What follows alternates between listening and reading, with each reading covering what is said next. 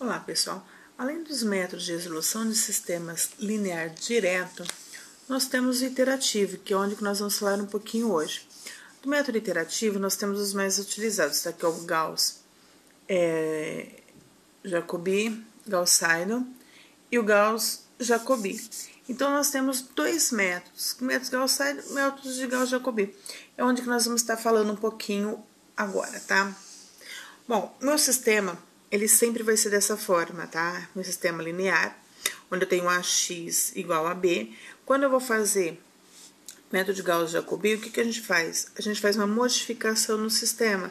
Então, aqui eu tenho a minha coluninha das incógnitas, tá? Que é o que eu quero descobrir, x, y, z, w, x1, x2, x3, aí de acordo com a minha notação, tá? Eu vou ter uma matrizinha C, que ela é modificada a matriz A, porque eu vou estar dividindo todos os elementos pelo termo da diagonal principal, e a matriz D, o vetorzinho D, que é o meu vetor B, que ele está sendo modificado também por essa divisão, tá?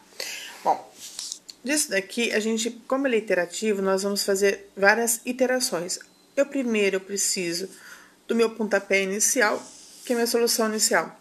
Dessa, eu acho meu x1, que é a segunda solução. Se não é, eu vou achar x2. E assim sucessivamente, tá? Até eu encontrar o vetor de solução, que é a solução do meu problema, tá? Então, aqui nós temos uma sequência de soluções, tá? De vetor solução, tá? Bom, como que a gente faz isso, tá? Na prática.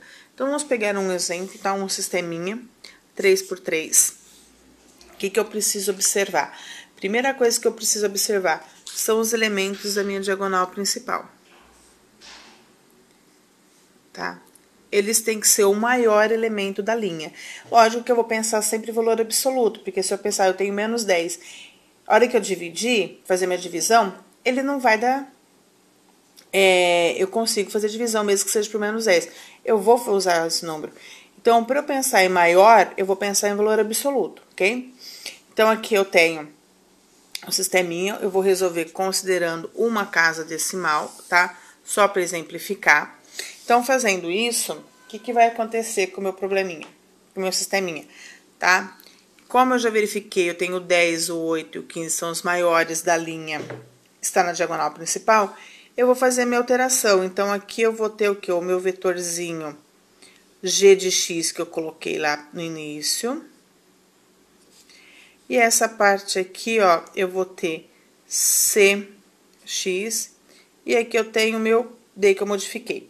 Qual é a modificação? A modificação foi exatamente, eu isolei o meu x, isolei o meu y, isolei o meu z.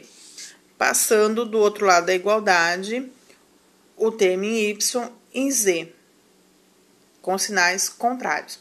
Lembrando que se eu tiver alguma constante multiplicando x, y, z, eu vou passar dividindo, que foi o que eu fiz aqui. Então, eu fiz isso para as três equações. Posso fazer essa divisão? Sim, eu posso fazer e vou considerar uma casa decimal desde essa divisão aqui. Então, a hora que eu dividir, eu vou ter aqui, ó. Então, o meu sisteminha, ele vai ter esses valores. Como é que vai ficar o meu sistema modificado? O sistema que eu vou estar trabalhando vai estar aqui, ó. Isolando x, y, z, e do outro lado da igualdade fica o valor em y e z, o termo independente. Para eu achar o valor de y, fica o termo em x, z, o termo independente. Para eu achar z, fica o termo de x e y, o termo independente. Como eu preciso de uma solução inicial, eu vou sempre estar pegando aqui, ó, meu termo independente já do sisteminha modificado, tá? Então, aqui vai ser meu pontapé inicial, tá? Então, aqui é a solução inicial. Tá? Bom, é interessante, primeiro, a gente ver se esse sistema ele tem uma convergência. Porque, se não, o que ocorre? Se ele não converger, eu vou estar fazendo conta, iteração, 2, 3, e vai começar a oscilar. Não vai ter eu não vou conseguir achar essa sequência aqui de forma que ele está indo convergindo para a minha solução do sistema. Ok? Temos vários métodos. O que eu vou estar passando aqui para vocês agora é o critério de linha. Convergência soma por linha. Então, eu vou fazer uma soma para cada linha, ok? Essa soma eu vou pegar aqui, ó, o termo. Como o x, primeira linha eu tenho y e z, e vou dividir por x. Essas somatórias sempre vão estar em a divisão sempre módulo. Então, eu vou ter o valor constante em x, y e z. Na primeira linha eu tenho y e z dividido por x. Na segunda linha eu quero x e z dividido por y. Na terceira linha, x e y dividido por z. Bom, esses valores eles têm que dar menor que 1 para o sistema convergir, tá? Se for maior que 1 ou igual a 1, eu não posso afirmar nada sobre a convergência do sistema. Pode ser que ele convirja, pode ser que não. Bom, se por um acaso ele não convergir, ele vai ficar assim, ó, vai uma solução aqui, outra aqui, depois vem para cá, depois vem para cá, vem para cá, vem para cá. Ele vai ficar oscilando, pingando de lado para o outro e não vai chegar a uma solução nenhuma. Ou ele vai estar simplesmente, minha solução está aqui, eu vou estar andando para cá, ou cada vez mais para cá. Porque ele está divergindo. Então, eu tenho que tomar esse cuidado. Quando isso aqui ocorre, tá? Meu critério de convergência satisfaz, eu posso fazer na certeza da convergência. Bom, nós vamos resolver esse sisteminha pelo método de Gauss-Jacobi e depois pelo método de Gauss-Seidel para a gente ver a diferença. Os dois são praticamente iguais, assim, são muito próximos. O que eu vou fazer em primeiro momento? Eu vou pegar a minha solução inicial e vou estar substituindo aqui, ó, valor de x, y, z, e achar um valor para x, y, z, que seria minha segunda sequência. Então, a primeira eu já tenho, vou para a primeira iteração.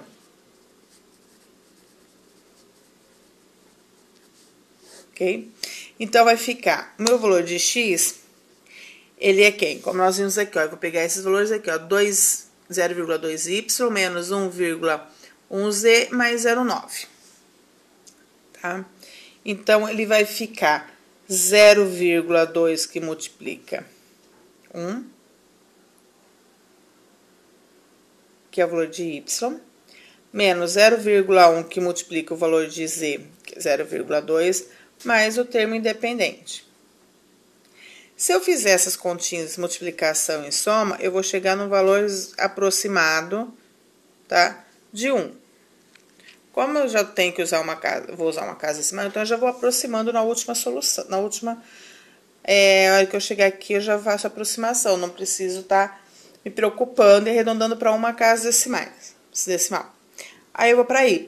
O meu y é menos 0,1, o valorzinho, vou multiplicar por valor de x, tá? Mais 0,1, vou multiplicar pelo valor de z, porque é o y que eu quero, mais o termo independente. Fazendo as continhas, eu vou chegar no valor aproximado de 1, tá? Aí, eu vou achar o valor de z. Continuo pegando lá da sequência.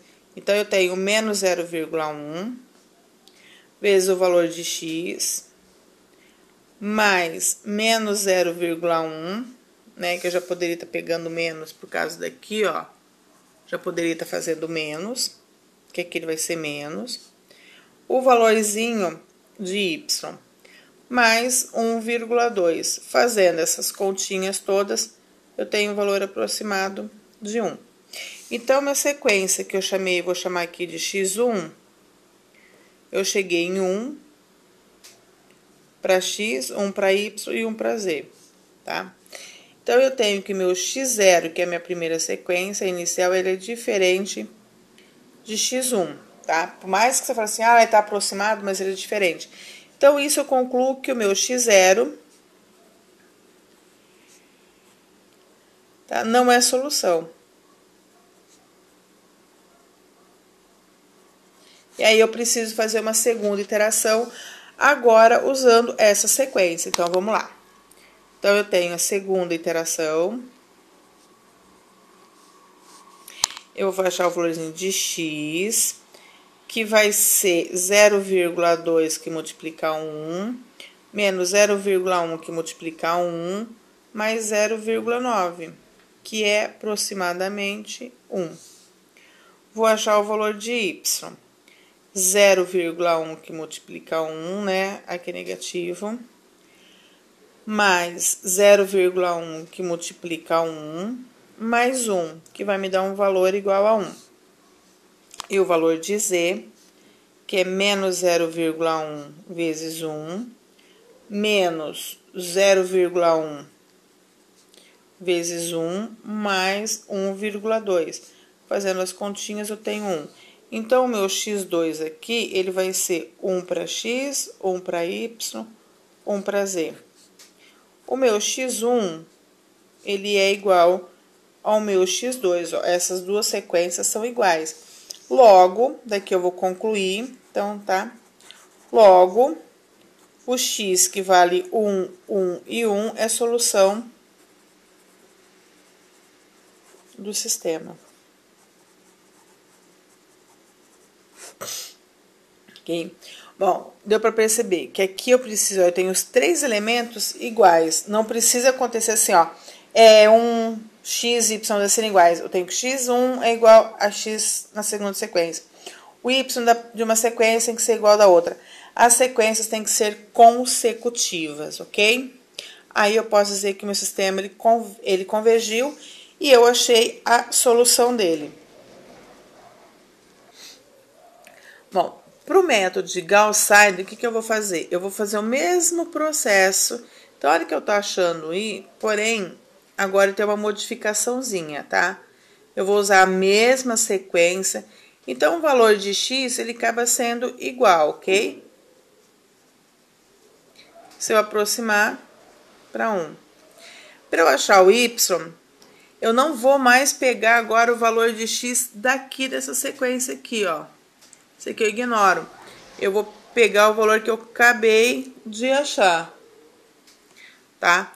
Então, meu valor de y vai ser o quê? Menos 0,1 vezes x, que eu acabei de achar, tá? Esse aqui, ó.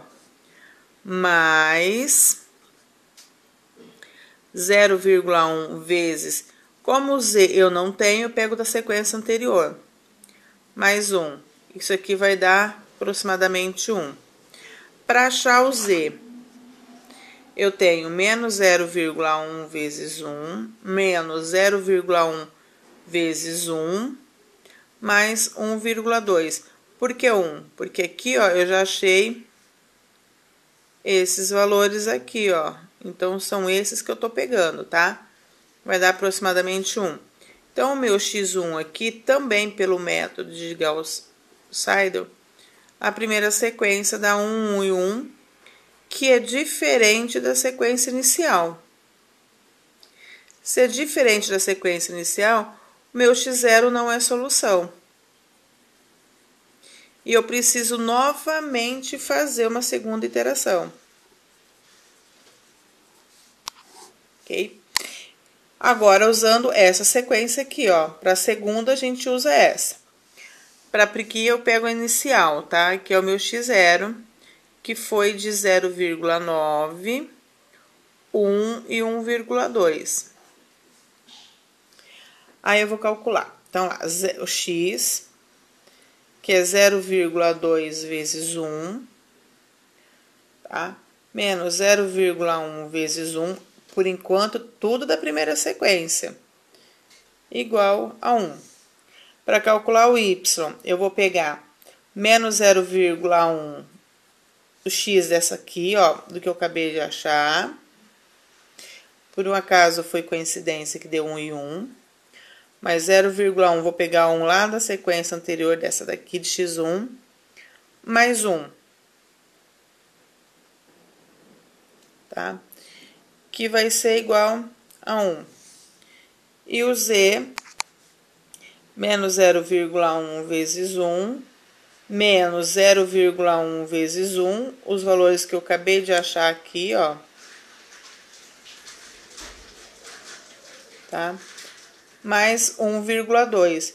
Isso aqui vai me dar 0. Então, eu tenho que meu x2, ele é 1, 1 e 1. Significa que o meu x1, ele é igual ao x2, ó, x1 tá aqui, x2 tá aqui. São exatamente iguais, tá? Se eu escrever com uma casa decimal. Então, o meu, logo, tá? Ou então, eu tenho que x1, 1 e 1 valendo para x, y, z, é a solução do meu sistema. Então, qual que é a diferença entre o método? Método Gauss-Jacobi, eu vou estar sempre usando a sequência anterior, tanto para achar o x, y, z. E o de Gauss-Seidel, não. Eu já começo a usar exatamente aquilo que eu acabei de encontrar. Tá? Isso iteração por iteração.